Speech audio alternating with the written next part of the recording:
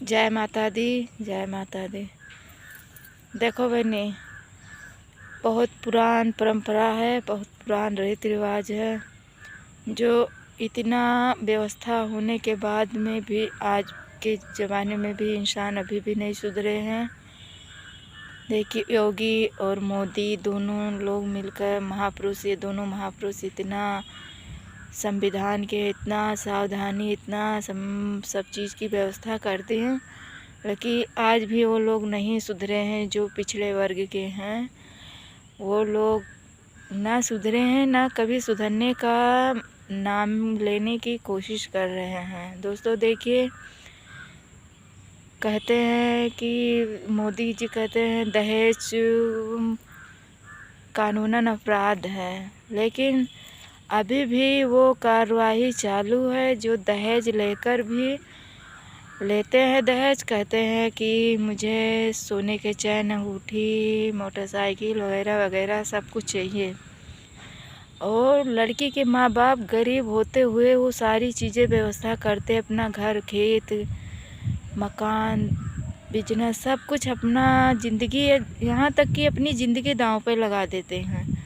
लड़की, अपने लड़के को खुश रहने के लिए वो सारी अमानत, ज़िंदगी भर की बाप दादाओं की जो पूजनीय अमानत है, सब कुछ लगा देते हैं। फिर भी उसके बाद में उसकी लड़की खुश नहीं रह पाती है।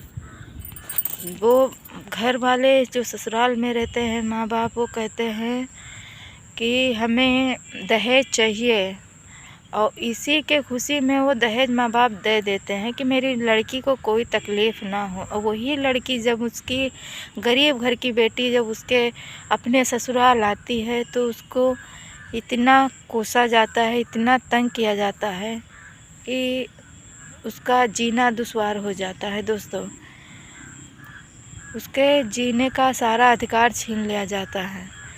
वो माँ बाप कहते हैं कि मेरी बहू भले जैसे कैसी हो, लेकिन जब अपने बेटी पे आती है, अपने खुद की बेटी पर बात आती है, तो यही कहते हैं मेरे बिटिया, मेरे दामाद मेरे बिटिया के इशारों पे चले, मेरी बेटी के कहने पे चले। और वो चाहती है कि दुनिया की सारी खुशियाँ, सारी दौलत मेरी बेटी के कदमों में दे दें। और वही दूसरे घर की बेटी आती है तो वही सास कहती है कि इसके साथ कितना बुरा सलूक किया जाए, कितना बुरा बर्ताव किया जाए तो ही अच्छा है। तो दोस्तों, अपने घर छोड़ के बेटियां दूसरों घर जाती है, ऐसा क्यों होता है? आज आप लोग से अनुरोध है, विनम्र विनती है, आप लोग इस परंपरा और इस रीति रिवाज को आप बदलिए।